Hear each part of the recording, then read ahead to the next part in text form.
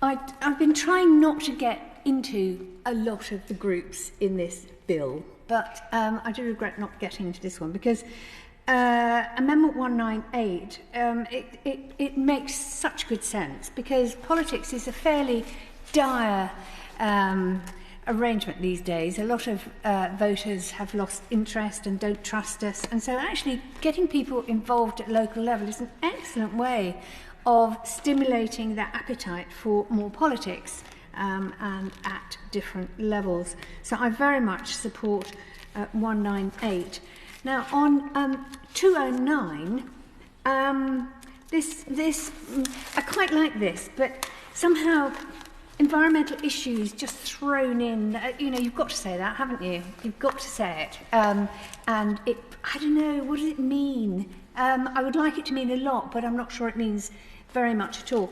And the noble Lord Young of Cookham, quoting to us the Conservative Party manifesto, when they've broken so many promises and backtracked on so many things, I hardly think it's a very good example for any of us to hold up as something we need to follow.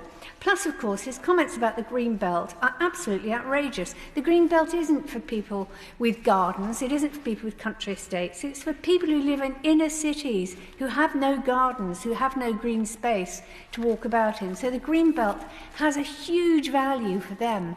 And so please don't let us forget that.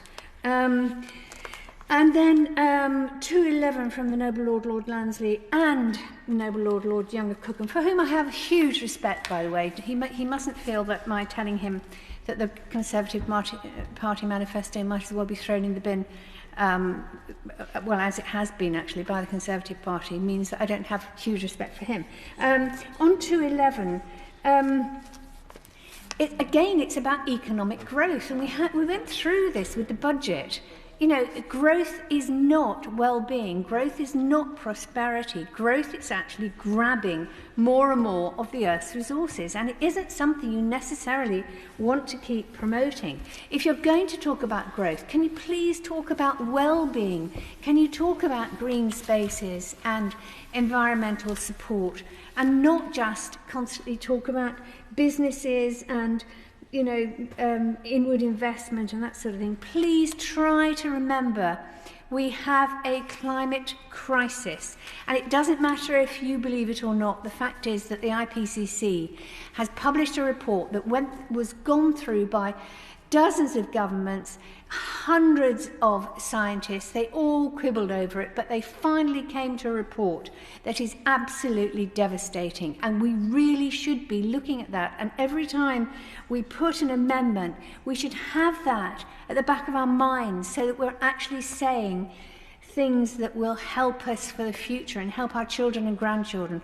And at the moment, we're not doing that. My Lords,